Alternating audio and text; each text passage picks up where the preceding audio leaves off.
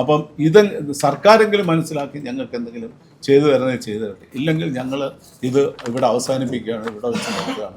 താരങ്ങളും ഒക്കെ സിനിമ എടുക്കുകയാണ്. അവർ എല്ലാവരും സിനിമ എടുത്താണ് ഈ രീതിയിലേക്ക് ഇൻഡസ്ട്രി എത്തിച്ചത്. അതൊരു വലിയ സങ്കടമുള്ള കാര്യമാണ്. എന്തായാലും ഞങ്ങൾ മുഖ്യമന്ത്രിയെ മന്ത്രിമാരെ ഒന്നും കൂടെ കാണുന്നുണ്ട്. അവരുടെ അടുത്ത് കാര്യങ്ങൾ പറയും. നമ്മൾ അവരുമായിട്ടിരിക്കുക, അവർ സംസാരിച്ചെല്ലാം ശരിയാക്കാമെന്നൊക്കെ പറഞ്ഞിട്ട് പോവും. പിന്നെ അവരുടെ തോന്നിയാസമാണ് കാണിക്കുന്നത്. ഇതെന്ന് പറയുന്നത് റോക്കറ്റ് പോകുന്നതല്ലേ പ്രൊഡക്ഷൻ കോസ്റ്റ് പോകുന്നത്. നമുക്ക് എങ്ങനെ സഹിക്കാൻ നോക്കും? ഒരു 150 ദിവസത്തേക്ക് പോവുകയാണ്. എല്ലാവർക്കും വലിയ ചിത്രങ്ങൾ മതി. ഇപ്പോഴത്തെ താരങ്ങളുടെ ഇതെന്ന് പറഞ്ഞാൽ വലിയ ചിത്രം അത് ഏതെങ്കിലും ഒരു പ്രൊഡ്യൂസറുടെ തലയെ കൊണ്ട് വെക്കും. എല്ലാവരും വാങ്ങിക്കുന്ന വളരെ കൂടുതലാണ്. ഒന്ന് ശരി, ഞാൻ ചോദിച്ചോട്ടെ, അവർ വാങ്ങിക്കുന്ന കാശെങ്കിലും തിയേറ്ററിൽ നിന്ന് കളക്ട് ചെയ്യുന്നുണ്ടോ? ഇല്ല. അതിന്റെ 10 കളക്ട് ചെയ്യുന്നില്ലല്ലോ. അല്ല, അങ്ങനെ പറയുമ്പോൾ അതിനകത്ത് സുരക്ഷയുടെ കാര്യം 100 കോടി വന്നു എന്ന് പറയുന്ന നിർമ്മാതാക്കൾ തന്നെ പറയുന്നത്. ഈ നിർമ്മാതാക്കളുടെ സംഘടനയുള്ളവർ തന്നെ പറയണം എന്റെ സിനിമയ്ക്ക് 100 കോടി എന്ന് അവര് തന്നെ പോസ്റ്റർ ഇറക്കുന്നത്. ഇത് എന്തോട്ടെന്നറിയോ? വെളിയിൽ നിന്ന് ഇവരെ ഫോഴ്സ് ചെയ്ത് പറയിപ്പിക്കുന്നതാണ്. അവർക്ക് കമ്മിറ്റി ഇല്ലല്ലോ, പിന്നെ ആരെ അല്ല താൽക്കാലിക കമ്മിറ്റി അല്ല. എന്റെ ഒരു ചോദ്യമാണ് താൽക്കാലിക അൾട്രാ മോഡേൺ കിച്ചൺ ഡിവൈസസ്. ഒരു കിച്ചണിൽ വേണ്ട എല്ലാ ലേറ്റസ്റ്റ് ബ്രാൻഡുകളും ഇവിടെയുണ്ട്. ലോകോത്തര ബ്രാൻഡുകൾ, original products, wide range. MyG future. ഇവിടുത്തെ എല്ലാ ആർട്ടിസ്റ്റുകളും വാങ്ങിക്കുന്ന കോടിക്കണക്കിന് റെമ്യൂണറേഷൻ. ചില മുന്തിയ ടെക്നീഷ്യൻസ് വാങ്ങിക്കുന്നതും കോടിക്കണക്കിന് റെമ്യൂണറേഷൻ. ഇപ്പോൾ പുതിയതായിട്ട് വന്ന ചില ടെക്നീഷ്യൻസ് ഉണ്ട്, ഡയറക്ടേഴ്സ് ഉണ്ട്, അവരൊക്കെ 1-2 കോടി രൂപയാണ് വാങ്ങിക്കുന്നത്. നമ്മുടെയൊക്കെ എത്രയോ കാലങ്ങളായിട്ട് മലയാള സിനിമയിൽ കത്തിച്ചൊലിച്ച് നിൽക്കുന്ന ഒത്തിരി വലിയ ആർട്ടിസ്റ്റുകൾ അവരാരും ടെക്നീഷ്യൻസ് ഇതുവരെ വാങ്ങിച്ചിട്ടില്ലാത്ത കാശാണ് ഇപ്പോൾ 2 പടം എടുക്കുന്ന ഒരു ഡയറക്ടർ വന്ന് വാങ്ങിക്കുന്നത്. ഇതൊന്നും നമുക്ക് സഹിക്കാൻ വയ്യാത്ത കാര്യമായിട്ട് മാറിയിരിക്കുകയാണ്. ഇത് നിവൃത്തിയില്ല, പടം എടുക്കാൻ നിവൃത്തിയില്ല. ഇന്നലെ ഞങ്ങൾക്കൊരു പ്രൊഡ്യൂസറുടെ ഒരു സഹായം ചോദിച്ചുകൊണ്ട് ഒരു കത്ത് വന്നു. ആ പ്രൊഡ്യൂസർ അയാളുടെ വീടും വിറ്റും ബെൻസ് കാറും വിറ്റ് എല്ലാം വിറ്റിട്ട് ആ ഒരു വിറവ് പുരയിലാണ് താമസിക്കുന്നത്. ആ ഗതിയിലേക്കാണ് സിനിമാ ഇൻഡസ്ട്രിയെ കൊണ്ടെത്തിച്ചിരിക്കുന്നത്. അപ്പം ഞങ്ങളിനി എന്തോ ഒരു നിവൃത്തിയില്ല. അതുകൊണ്ട് ഞങ്ങളിത് നിർത്തുകയാണ്. അതിന് മുന്നോടിയായിട്ട് ഞങ്ങളൊരു സൂചനാ പണിമുടക്ക് നടത്തുന്നുണ്ട്. അതിൻ്റെ ദിവസം ഞങ്ങൾ തീരുമാനിച്ചിട്ടില്ല. എല്ലാം ഷട്ട് ഡൗൺ ചെയ്തിട്ടുള്ളൊരു സൂചനാ പണിമുടക്ക് ഞങ്ങൾ പ്രതിഷേധ പ്രകടനവും കാര്യങ്ങളും ഗവൺമെൻറ് മുമ്പിൽ ഞങ്ങൾ സെക്രട്ടേറിയറ്റിൻ്റെ മുമ്പിൽ ഒരു പ്രതിഷേധ പ്രകടനം നടത്തുന്നുണ്ട്. വേറെ ഒന്നുമില്ല, ഞങ്ങൾക്ക് നിവൃത്തിയില്ല. അതായത് പ്രൊഡ്യൂസർമാരെന്ന് പറഞ്ഞ് ചുമ്മാ ഷർട്ടിട്ടുകൊണ്ട് നടക്കാമെന്നുള്ളതല്ലാതെ ആകെ എല്ലാവരും വലിയ പ്രശ്നത്തിലാണ്, സകലരും വലിയ പ്രശ്നത്തിലാണ്. അപ്പം ഇത് സർക്കാരെങ്കിലും മനസ്സിലാക്കി ഞങ്ങൾക്ക് എന്തെങ്കിലും ചെയ്തു തരണേ ചെയ്തു തരട്ടെ. ഇല്ലെങ്കിൽ ഞങ്ങൾ ഇത് ഇവിടെ അവസാനിപ്പിക്കുകയാണ്, ഇവിടെ വെച്ച് നോക്കുകയാണ്. ജൂൺ 1 മുതൽ ഞങ്ങൾ ഇനിയും ഒരു സിനിമ എടുക്കാനായിട്ട്, ഇപ്പം എല്ലാവരും സിനിമ എടുക്കാണ്, താരങ്ങളും ഒക്കെ സിനിമ എടുക്കാണ്. അവർ എല്ലാവരും സിനിമ എടുത്താണ് ഈ രീതിയിലേക്ക് ഇൻഡസ്ട്രി എത്തിച്ചത്. ഒരു രീതിയിൽ മുമ്പോട്ട് പോകാൻ പറ്റാത്തതുകൊണ്ട് ഞങ്ങൾ ജൂൺ 1 തീയതി മുതൽ ഒരു ഷട്ട് ഡൗണിലേക്ക് പോവുകയാണ്. ഇത് അറിയിക്കാനാണ് നമ്മൾ ഈ ഒരു പത്രസമ്മേളനം. ഏതാ?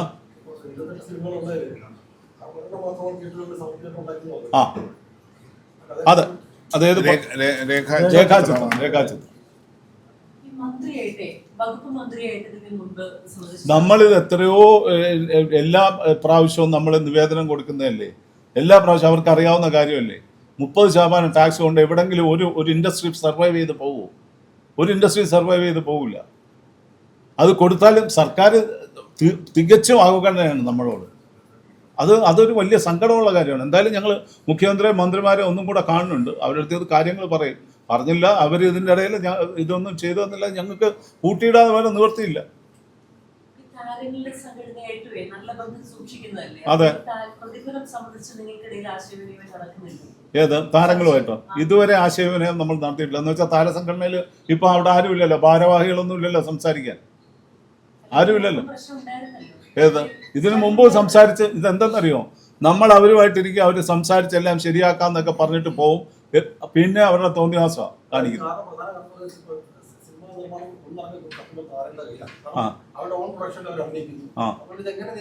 അല്ല, നിയന്ത്രണം കൊണ്ടുവരും. ഓൺ പ്രൊഡക്ഷൻ അവർ നിർത്തിവെക്കേണ്ടി വരും. ഇല്ലെങ്കിൽ തിയേറ്ററുകാർ അത് പ്രദർശിപ്പിക്കില്ല. തീർന്നില്ലേ? മതിയോ? ഏതാ? പ്രദർശിപ്പിക്കില്ല. അത് തന്നെ. പ്രൊഡ്യൂസേഴ്സിന്റെ ആവശ്യങ്ങളെ നിരാകരിച്ച് താരങ്ങൾ ഇനിയും നിർമ്മാണ പ്രക്രിയയായിട്ട് മുന്നോട്ട് പോയാൽ അവരുടെ ചിത്രങ്ങൾ തിയേറ്ററിൽ കളിക്കണ്ട എന്ന് തിയേറ്ററുകൾ തീരുമാനിക്കും. ഉണ്ടാവും. ആരോ ആയിക്കോട്ടെ, ആരായാലും ശരി തന്നെ. ഇപ്പം നിങ്ങൾക്കൊക്കെ അറിയാവുന്ന കാര്യമാണ് ഇവിടെ നടക്കുന്ന ഏറ്റവും വലിയ സംഭവം എന്ന് പറയുന്നത് പ്രൊഡക്ഷൻ കോസ്റ്റ് എന്ന് പറയുന്നത് ക്രമാതീതമായിട്ട് വർദ്ധിച്ചു പോയി. ഒരു വർഷം കഴിഞ്ഞ് അല്ലെങ്കിൽ ഒരു വർഷം കൂടി വരുമ്പോൾ ചെറിയൊരു പെർസെൻറ്റേജ് കൂടിയാൽ കുഴപ്പമില്ല. ഇതെന്ന് പറയുന്നത് റോക്കറ്റ് പോകുന്ന പോലല്ലേ പ്രൊഡക്ഷൻ കോസ്റ്റ് പോകുന്നത്. നമുക്ക് എങ്ങനെ സഹിക്കാൻ നോക്കും? 140 ദിവസമാണ് 150 ദിവസമൊക്കെയാണ് ഒരു പടം ഷൂട്ടിങ്. ഒരു 50 ദിവസം ഷൂട്ട് ചെയ്തുകൊണ്ടിരുന്ന പടങ്ങൾ അല്ലെങ്കിൽ 50-60 ദിവസം കൊണ്ട് തീർക്കേണ്ട പടങ്ങൾ വരെ 150 ദിവസത്തേക്ക് പോവുകയാണ്. എല്ലാവർക്കും വലിയ ചിത്രങ്ങൾ മതി. ഇപ്പോഴത്തെ താരങ്ങളുടെ ഇതെന്ന് പറഞ്ഞാൽ വലിയ ചിത്രം അത് ഏതെങ്കിലും ഒരു പ്രൊഡ്യൂസറുടെ തലയെ കൊണ്ട് വെക്കും, എന്നിട്ട് അവൻ കുത്തുവാള എടുത്തു പോട്ടെ. ഇനി അത് പറ്റൂല. ഒരു എന്താണ് ഒരു റെസ്പോൺസിബിലിറ്റി വേണം എല്ലാവരും തമ്മിൽ. അവിടെ ഒരു കാര്യം ചോദിച്ചത് നിർമ്മാതാക്കളുടെ കാര്യം പറഞ്ഞു. താരങ്ങൾ നിർമ്മാതാക്കളാവുന്ന ഇവിടെ അസോസിയേഷനുള്ള അംഗങ്ങൾ അവരുടെ സിനിമയിൽ അഭിനയിക്കാൻ താരങ്ങൾ തയ്യാറാകും. അങ്ങനെ അഭിനയിക്കുമ്പോൾ അവരല്ലോ കുറ്റക്കാർ. അത് കൊടുക്കാൻ പോകുന്ന പ്രൊഡ്യൂസർ അസോസിയേഷനുള്ള ആ താരങ്ങൾ എന്ന് പറയുന്ന പ്രൊഡ്യൂസർമാരുണ്ടല്ലോ, അവർക്കെതിരെ നിങ്ങൾ ആദ്യം നടപടി എടുക്കണം. ഏത് പ്രൊഡ്യൂസർ? താരങ്ങളായ പ്രൊഡ്യൂസർമാരുടെ അസോസിയേഷൻ. അല്ലല്ല വരട്ടെ. അതല്ലേ ഞങ്ങൾ ആരാണെങ്കിൽ ആരെടുത്ത് നടപടി എടുക്കുന്നതിന് ഞങ്ങൾ മോഹൻ നോക്കാതെ നടപടി എടുക്കുക യാതൊരു സംശയമില്ല. അത് നോക്കണ്ട.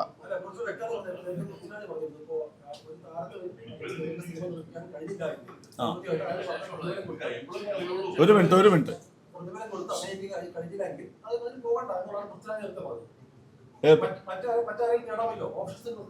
പക്ഷേ അത് പ്രദർശിപ്പിച്ചാൽ മാത്രമല്ലേ പ്രദർശനമാകുള്ളൂ. അല്ലാതെ ഇത് ഉണ്ടാക്കി വെച്ച് കഴിഞ്ഞിട്ട് വീട്ടിൽ വെച്ചുകൊണ്ടിരിക്കുന്നത്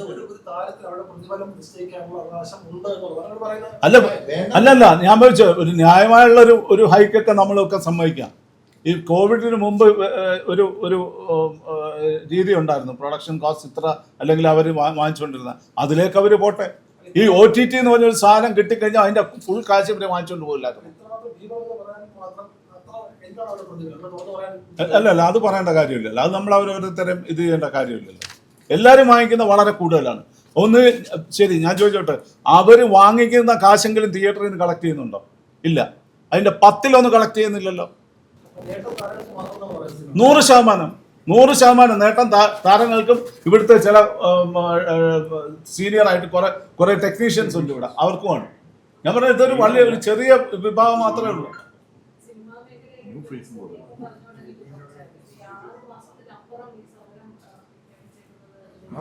അല്ലല്ല ബാക്കി 6 മാസമല്ല 4 മാസമേ ഉള്ളൂ. അതായത് വേറെ ഒന്നുമല്ല. ഇപ്പം കുറച്ച് പടങ്ങൾ നടന്നുകൊണ്ടിരിക്കുകയാണ്. ഇവര് തുടങ്ങിക്കഴിഞ്ഞിട്ട് അവരെ പിടിച്ചു നിർത്താനൊക്കില്ല. നഷ്ടം വരുന്ന ഒരു പ്രൊഡ്യൂസറിനല്ലേ. അതുകൊണ്ടാണ് നമ്മളൊരു സമയം എടുത്ത് അതിൻ്റെ ഇടയിൽ ഇവരെല്ലാവരും വരട്ടെ, സംസാരിക്കാം. ഇല്ലെങ്കിൽ ഞങ്ങൾ നിർത്തും. എല്ലാവരും കുറച്ചില്ലെങ്കിൽ ഞങ്ങൾ നിർത്തും. അത് യാതൊരു സംശയമില്ല. തീർച്ചയായിട്ടും 1.5 പടം ചെയ്ത ആള് ഒരു പടം ഹിറ്റായി കഴിഞ്ഞാൽ രണ്ടാമത്തെ പടത്തിന് ചോദിക്കുന്ന 1 കോടി രൂപ 1.5 കോടി രൂപയാണ്. ഇത് തമിഴും തെലുങ്കും ഒന്നുമല്ല. ഈ പടങ്ങൾ ഓടി ഞങ്ങൾ ഇനിയിപ്പോൾ കളക്ഷൻ വെളിവിടാൻ പോവുക. എല്ലാ മാസവും സകല കളക്ഷൻ ഇപ്പം ഞങ്ങൾ ഉണ്ടാക്കി വെച്ചിട്ടുണ്ട്. ഞങ്ങളിപ്പം ഞങ്ങളുടെ പുതിയ യൂട്യൂബ് ചാനൽ വരുന്നുണ്ട്, വെള്ളിത്തിര. അതിൽ കൂടെ ഞങ്ങൾ എല്ലാ കളക്ഷനും വെളിവിടും. ഓരോ പടത്തിൻ്റെ കളക്ഷൻ ഞങ്ങൾ വെളിവിടും. ഇവരൊക്കെ പറയുന്നത് 100 കോടി ഒരു പടം കാണിച്ചു തരട്ടെ, വെല്ലുവിളിക്കാൻ ഞാൻ ഇവിടുത്തെ ആർട്ടിസ്റ്റിന് 100 കോടി രൂപ ഷെയർ വന്ന പടം ഞങ്ങൾ ഷെയറാണ് കൂട്ടുന്നത്. അല്ലാതെ ലോകത്തുള്ള കോസ്റ്റ് ഒന്നും അല്ല കൂട്ടുന്നത്. ഷെയർ വന്ന 100 കോടി ക്ലബിൽ വന്ന ഒരു പടം പറയട്ടെ. അത് അല്ല അങ്ങനെ പറയുമ്പോൾ അതിനകത്ത് സുരക്ഷയുടെ കാര്യം 100 കോടി വന്നു എന്ന് പറയുന്ന നിർമ്മാതാക്കൾ തന്നെ പറയുന്നത്. ഈ നിർമ്മാതാക്കളുടെ സംഘടനയുള്ളവർ തന്നെ പറയാം എന്റെ സിനിമയ്ക്ക് 100 കോടി എന്ന് അവര് തന്നെ പോസ്റ്റർ ഇറക്കുന്നത്. ഇത് എന്തോട്ടെന്നറിയോ, വെളിയിൽ നിന്ന് ഇവരെ ഫോഴ്സ് ചെയ്ത് പറയിപ്പിക്കുന്നതാണ്. താരങ്ങളും ടെക്നീഷ്യന്മാരും അത് തന്നെയാണ് താരങ്ങൾ പറയിപ്പിക്കുന്നതാണ് 100%. അല്ല ഇവിടെ ഒരു പ്രൊഡ്യൂസർ ആവശ്യപ്പെടാല്ല. അവനറിയാം അവന്റെ ഗതികേട് എന്താണെന്നുള്ളത്. ഒരു 100 കോടി രൂപ ഗ്രോസ് കളക്ഷൻ വന്നു കഴിഞ്ഞാൽ അതിന്റെ നിർമ്മാതാവിന് കിട്ടുന്ന എമൗണ്ട് എന്ന് പറഞ്ഞാൽ വെറും 27 കോടി രൂപ മാത്രം. അത്രേ ഉള്ളൂ. പിന്നെ സർക്കാരിന് 30 കോടി രൂപ കിട്ടും. നിർമ്മാതാവിന് കിട്ടുന്നതിനെക്കാട്ടിലും കൂടുതൽ കാശ് സർക്കാരിന്. 100 കോടി ഷെയർ വന്നിട്ടില്ല. 100 കോടി ഗ്രോസ് വന്നാലാണ് ഈ പറയുന്ന ഈ കളക്ഷനുകൾ വരുന്നത്. അങ്ങനെയുള്ള പടം ഉണ്ടായിട്ടില്ല 100 കോടി. ഇവരൊക്കെ വന്നിരുന്ന ചർച്ചയ്ക്ക് ഇരുന്ന് എല്ലാം കേട്ടിട്ട് പോകുന്നല്ലാതെ ഒരു കാര്യം അവർ ചെയ്യത്തില്ല. ഇതുവരെ ചെയ്തിട്ടില്ല.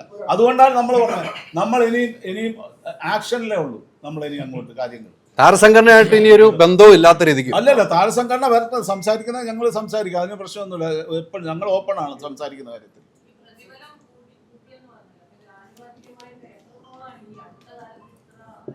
അവരൊരു 100 ഇരട്ടി കൂട്ടിക്കാണും. കോവിഡിന് ശേഷം ഈ OTT ഒക്കെ വന്നില്ലേ, OTT വന്നപ്പോൾ ഇവർ കിട്ടുന്നത് മുഴുവൻ അവർക്ക് കിട്ടിക്കോട്ടെന്ന്, പ്രൊഡ്യൂസറിനൊന്നും കിട്ടണ്ട.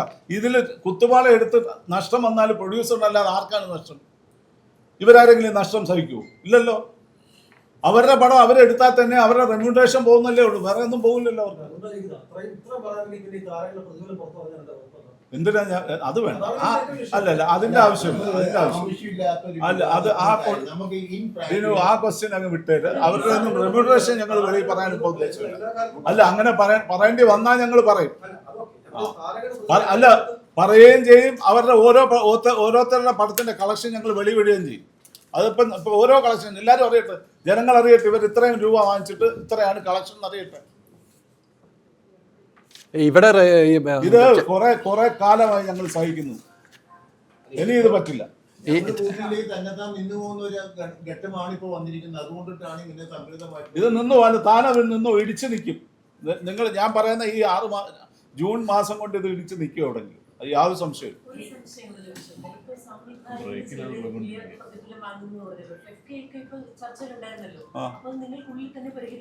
അല്ല അത് ഞങ്ങൾ സംസാരിക്കുന്നുണ്ട്.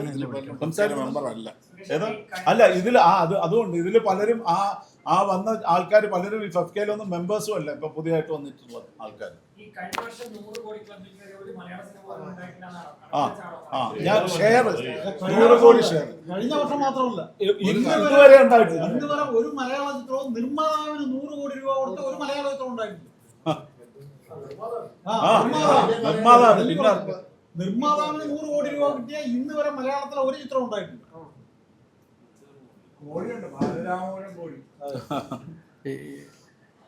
അപ്പൊ ഇതൊക്കെ പറയാനാണ് വിളിച്ചത്. എന്തായാലും അല്ല ഇനിയിപ്പോ ഈ ഏതാ ഇതായത് 100 കോടി ഗ്രോസ് ആണ്.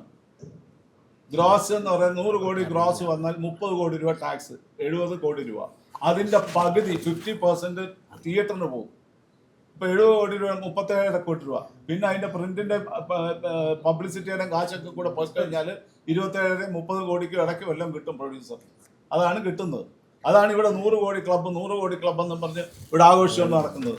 എന്നിട്ട് ഈ 100 കോടി എന്ന് പറഞ്ഞിട്ട് ഇവര് അങ്ങ് ഓരോ 5-10 കോടി കൂട്ടുക ഓരോ പടത്തിന്. പോരാത്തതിന് ഇവര് ഇത് മാത്രമല്ല, അവരുടെ റെമ്യൂണറേഷൻ പോരാത്തതിന് ഓവർസീസ് റൈറ്റും കൂടെ പിടിച്ചു വാങ്ങിക്കുകയാണ് പ്രൊഡ്യൂസറുടെ കയ്യിൽ നിന്ന്.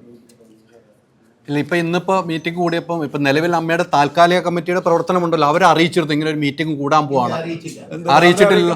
അവർക്ക് കമ്മിറ്റി ഇല്ലല്ലോ, പിന്നെ ആരെ അല്ല താൽക്കാലിക കമ്മിറ്റി അല്ല എന്റെ ഒരു ചോദ്യമാണ്. നിങ്ങൾ അല്ല താൽക്കാലിക കമ്മിറ്റി ഇനി അവര് ചർച്ചയ്ക്ക് വന്നാൽ അവരിൽ ആരാ ചർച്ചയ്ക്ക് വരാനുള്ളത്? അതല്ല അപ്പൊ നമ്മള് ചർച്ചയില്ല. ഈ അവരാദ്യം അവരുടെ കമ്മിറ്റിയൊക്കെ കൂട്ടട്ടെ, അത് കഴിഞ്ഞിട്ട് നമ്മൾ തീരുമാനിക്കാം. അവരുടെ കമ്മിറ്റിയൊക്കെ വരട്ടെ, എന്നിട്ട് നമുക്ക് എല്ലാവരും ജനറൽ ബോഡിയൊക്കെ കൂടിയിട്ട് ഞങ്ങൾ നിർത്തിവെക്കാം. അവര് ജനറൽ ബോഡിയൊക്കെ കൂടിയിട്ട് വരട്ടെ, എന്നിട്ട് നമുക്ക് കത്തയച്ചിരുന്നു അല്ലേ? അപ്പൊ താങ്ക് യു സോ മച്ച്.